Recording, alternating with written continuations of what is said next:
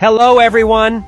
A few days ago I've released the biggest analysis on this channel because the 73rd episode gave us so much new information to discover. And I still had to cut down as much theories and guessing as possible not to make that video even longer. In that analysis, I didn't have an opportunity to speak about CAMERAWOMAN's history and lore as detailed as I initially wanted. So that's what I'll do today. In this video, I'm going to tell you everything that we know about CAMERAWOMAN and also answer the following questions. How exactly was she connected with PLUNGERMAN and Lucky Cameraman? What was her role in the mysterious Alpha Hills project, and what was its goal in the first place? And most importantly, how was she related to the secret agent, and how will her life change now after PLUNGERMAN is gone? Get your tea and snacks ready and prepare to watch this video to the end because I prepared something truly mind-blowing for you. Let's go! CAMERAWOMAN was the second in row to appear in Boom's Skibidi toilet series, and initially she did not have as much details about her or her personality as TV Woman or Speaker Woman had, for example. But now, as episode 73 got released, my perspective actually changed upside down about her, and now lots of pieces of her lore make more sense to me. So before talking about all the secrets and revelations connected to her in episode 73, let me refresh your memory and remind you of her story before this iconic episode.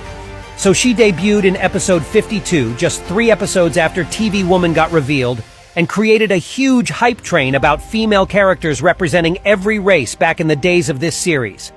And in this episode, she showed how she had an epic ability to release powerful bolts from the gun placed on her back, which got retracted after she entered the combat mode. These bolts were capable of automatically targeting their victims without letting them a chance to escape this system. The speed of those darts and the level of damage that they do to an enemy was just insane. And this ability of distance combat immediately made CAMERAWOMAN one of the strongest soldiers of the Alliance. She then can be briefly seen at the beginning of episode 53 standing in the cool posture over the fallen toilet. And you know who else shown in this episode? Our buddy PLUNGERMAN. And now I'd like to point out something really interesting. In episode 51, we saw PLUNGERMAN, and his appearance was regular with no glowy camera. But after CAMERAWOMAN appeared with her bright blue lens, his camera turned blue as well and stayed like that till the last episode he was featured in. And I believe it was one of the first hints that Booms gave us about the possible connection of these two characters. She also appeared for a short period of time in the second part of episode 57, where we could notice the large turret on her back once again, and she used it to hurt G-Toilet really bad and even make him escape the battlefield. By the way, this weapon model is the reference to the emplacement gun from the game called Half-Life 2. And it seemed like the shots that she released at G-Toilet at that moment were powerful enough to stop him from using his lasers and possibly drive him away. And I also noticed that she may have 2 different types of missiles, which are damage-inducing and paralyzing darts. So in case with G-Man from episode 57, it looked to me that she used paralyzing darts on him. And that's why his face became so convulsed, and he made such a horrible scream and rushed away. Probably the power of paralysis in these shots were not enough to immobilize him, but CAMERAWOMAN still definitely hit something crucial inside of his system.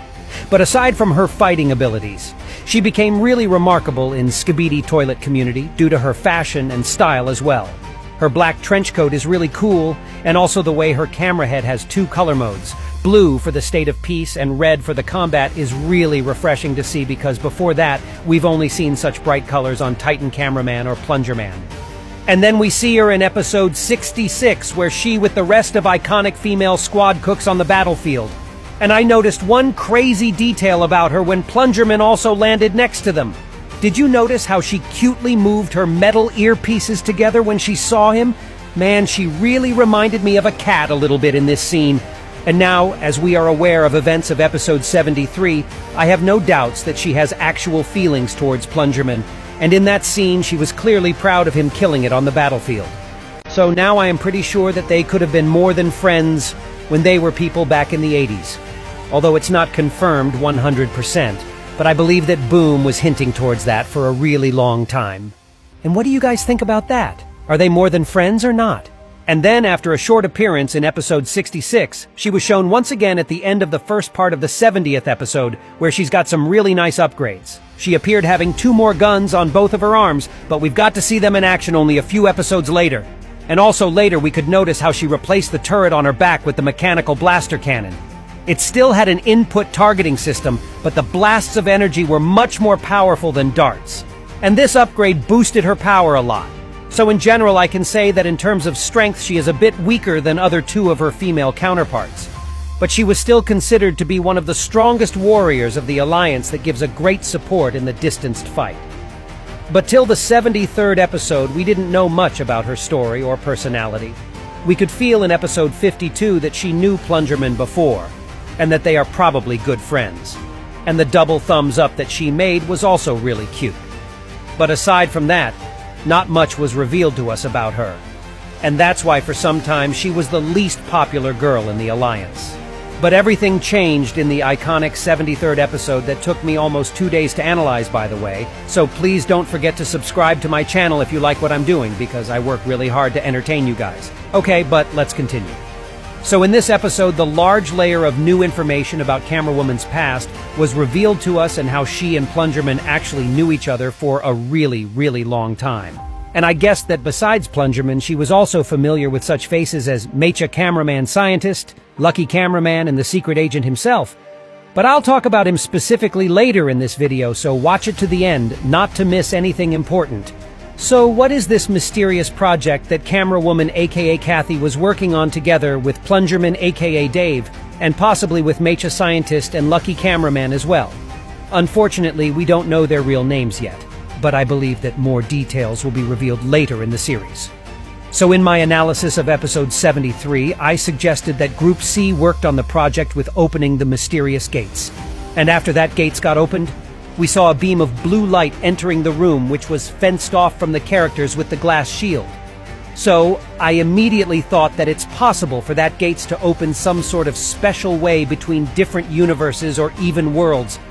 Just think about, such plot is really popular in lots of sci-fi movies or games, and believe me, the ending after such experiments is almost never happy. Plus, let's remember something important about Alpha Hill's laboratory as well. In the picture from the second part of episode 70, we could see that Alpha Hills is a government-sponsored underground laboratory, which means that initially this laboratory could have concentrated on military empowering of a stated government or finding new ways to become stronger in comparison with other countries. And considering how the names of main protagonists are Kathy and Dave, and that they are speaking in English, I believe that the stated government could have been USA, although it's not 100% confirmed in the series yet. And in case you don't know some real dark secrets of it, there was a real project called MK Ultra, organized by and undertaken by CIA. And it started in 1953 and ended in 1973. And it's also interesting how in that picture it was stated that the secret agent was assigned with a role of administrator of this mysterious complex in 1979, which is really not far away from the real date of MK Ultra project ending. So that's what I'm thinking. Alpha Hill's laboratory was focused on either researching some unearthly and deep hidden materials or developing some shady new technologies in order to do one main thing: win the arms race in competition with other countries or something like this. After some time, a new man was hired as the administrator of the whole complex, and it was the secret agent whose real name we also don't know yet. It was in 1979. And then the complex seemingly underwent some major changes. And apparently the other scientists and workers in this laboratory that were seen in this picture with the secret agent all knew about these possible changes coming. And that's why the expressions on their faces were so dim and unhappy. They knew that the process of work in this secret laboratory is going to change in another turn, and this turn will not be good. So 6 years later, Administrator could have announced another special project to work on, and this project seemed to be their bravest and most insane act so far. It looks to me that this project was focused on reaching the other universes or connecting with other realms, probably in order to establish a contact with their inhabitants and enhance the military power of one of the Earth's countries. And Camerawoman was apparently one of the most skilled scientists working on this project since the very beginning. And that's why she was responsible for opening the gate, and that's why she documented this important step on her camera. But the project proved to be highly dangerous and unstable in the end anyways, because otherwise how could have all the population on Earth turned out into hardware heads fighting with Skibidi toilets? Well, I believe that this project with connecting to creature from another universe just went terribly wrong, as it often happens with ambitious plans like these in lots of different sci-fi movies and games with similar plot. Probably the Alpha Hills workers overestimated their level of control and security, or maybe they flew too close to the sun. Who really knows? And honestly, guys, I have a lot of thoughts about not only this project, but about the original of all the hardware heads and Skibidi toilets in general. But as it's not really connected to Camerawoman directly, I'll make a separate video about this. And now let me tell you the most important thing about Camerawoman and why I'm actually getting really afraid for her life by future episodes of the series. It's no secret to us that she worked with Plungerman and knew him both as a person and scientist for a long time. We also know that Plungerman was really inconvenient for the secret agent, and with time he started knowing way too much. And for that, the secret agent eliminated him, even despite the fact that Plungerman was one of his employees, apparently. And now we know that Camerawoman is not going to forget her friend in any way, and now she even uses his spiked plunger, and it seems to me that metaphorically, she became Plunger Girl herself.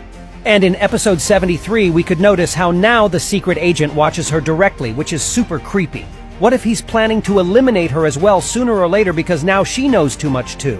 And she also recorded a green glow appearing on Plungerman's body in the moment of his destruction, which could be the link to the secret agent as well. So I'm afraid that this brave girl is in terrible danger right now. And I can't wait to see the next episodes to understand what's going to happen to her. And that was all for today. Write in the comments below about how excited you are to see the second part of 73rd episode, and be sure to subscribe to my channel not to miss my new videos, and also to my Discord, where you can contact me directly and get lots of information for my subscribers only. And that was me, Isotoilet. See ya!